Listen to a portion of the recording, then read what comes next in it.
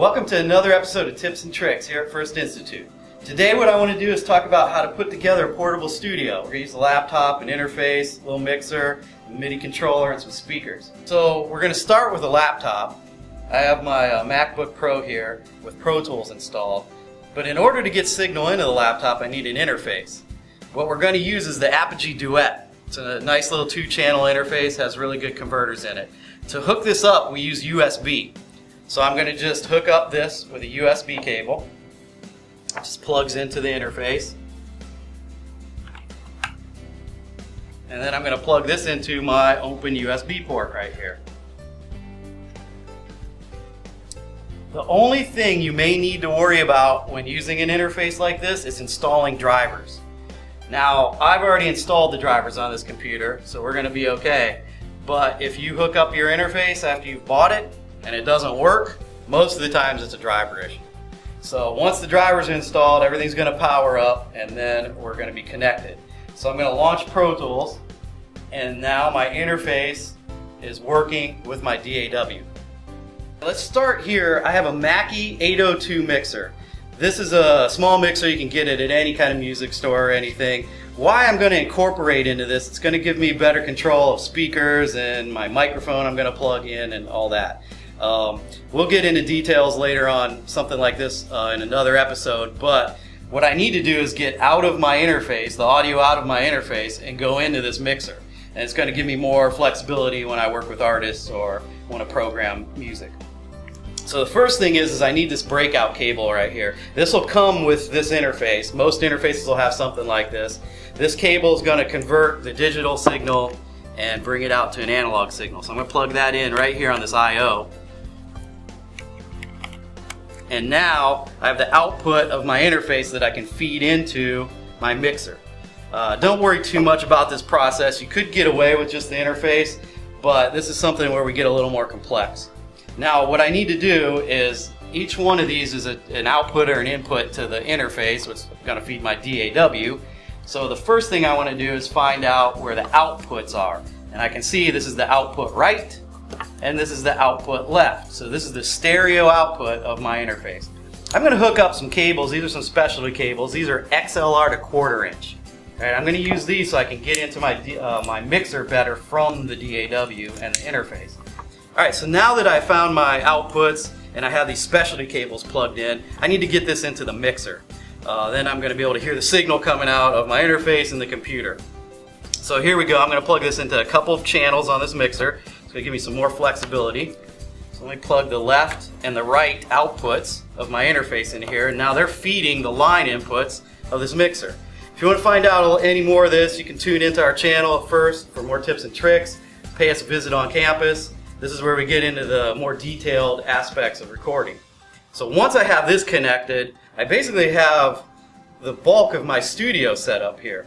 I have an interface, I have my DAW on my laptop, and I have an external mixer that I can bring multiple mics into, plug headphones and speakers into. Okay, after this, the next thing I want to do is be able to get signal from this into speakers. So we have 2 KRK speakers right here. You can get these again at Guitar Center or any kind of specialty music store. So now we have to connect the speakers to our mixer. So what I'm going to do is use XLR cables. These cables, you know, regular microphone cable, balance level. So what we're going to do is go from the XLR output of this speaker, and I'm going to connect this to the main outputs or the speaker outputs of my mixer. I need to do the same exact thing with this side. So I'm going to take the output of this, again, already hooked up with an XLR cable, and let's get out of the right output of our speaker. Alright, so now basically I have all the cables hooked up to the mixer that we need to get signal in and out of the DAW. Next thing we want to do is hook up our MIDI controller. This is so I can control the instrument plugins in the DAW. This connects also just like the interface with a USB cable. So let's grab our USB cable. Right, I need to find the USB output, which is right here, and then we're going to bring this into my other USB port. Now, if for some reason your computer runs out of USB ports, you can always get a USB breakout box to add other peripherals to this. So I'm just going to bring this over here, plug it in. Again, If this is brand new, you may need to get the driver for this device off the website. This is an Axiom, so you could get it off of the Avid site.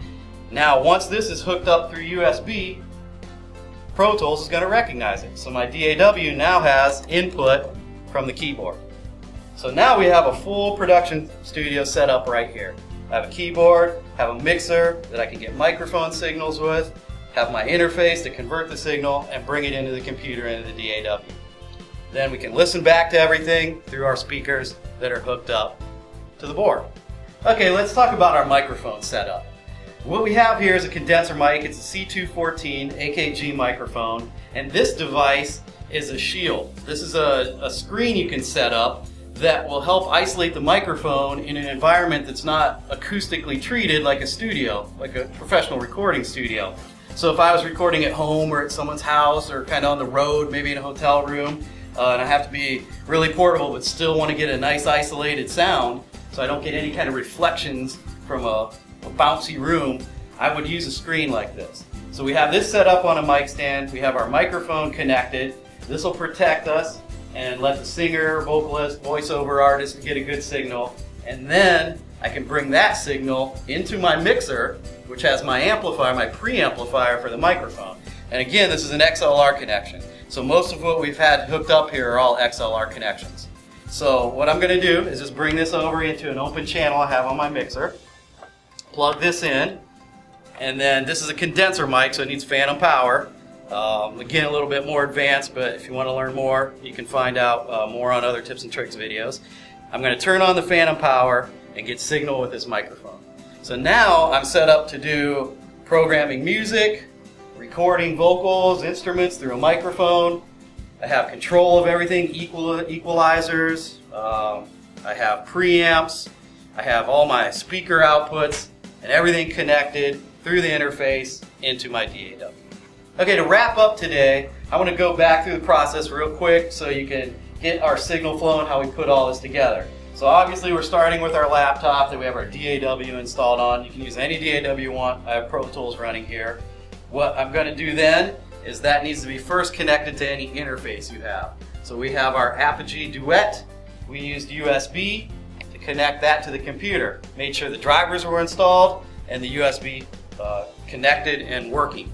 After that, we had to take this breakout cable that comes with it, and we needed to plug that into our little mixer, right? So we have our Mackie mixer, and what I did was find the outputs of the Apogee and connect those outputs to two open inputs on my mixer. So I brought this into two line level inputs, and you want to use line level, not mic level. So even though this looks like a microphone input, I have it switched over to line. That's important because it'll distort and not translate really well if you don't use a line level. So now I have my line level outputs of the interface going to the input of the mixer, right? So now what do we need to do? We need to hear our signal, right? So our signal is going to come out of these speakers. If I want to hear my beat, I want to hear my vocals, anything I'm doing, what I want to do is have these connected to the mixer. Right, so I have these speakers, like we did before, connected to the mixer with regular XLR cables. Just your regular mic cables, you can get them anywhere. So I brought this out, brought both sides, the left and right speaker, coming from the mixer out of the speaker outputs. Right, and they're labeled on my mixer right here, it says main outs. And that's what I'm using to send my signal through on this mixer. So I have the mixer now connected to the speakers. Right, so now I can hear anything I've recorded or play back. I want to use my MIDI controller, right? So what I've done is hooked up this MIDI controller, my Axiom, to my computer again with what? USB cable, right? So I've connected the USB cable to my computer. Now I have controller, MIDI controller data available to use my virtual instruments, right? So I have controller hooked up, have my mixer hooked up, have my interface hooked up, all feeding Pro Tools, and then the sound from Pro Tools is feeding back out through these speakers, right?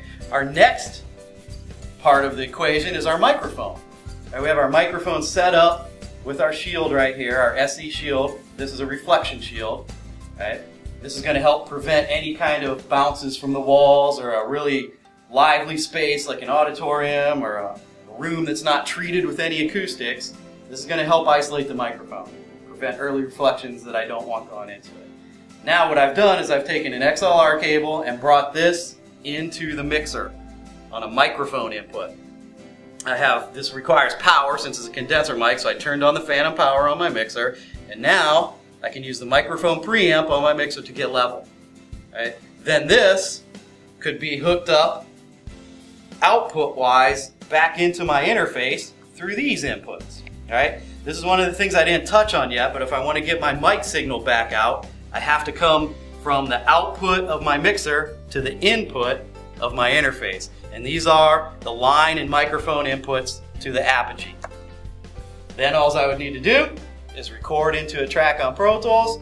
I could make my song, I could add vocals to it, and have it all recorded through my Apogee interface, and then play it back through the speakers, all controlled through my mixer. So this is a whole Project Studio portable studio setup, just using a laptop and a couple of other devices that you can get at any of the box music stores out there.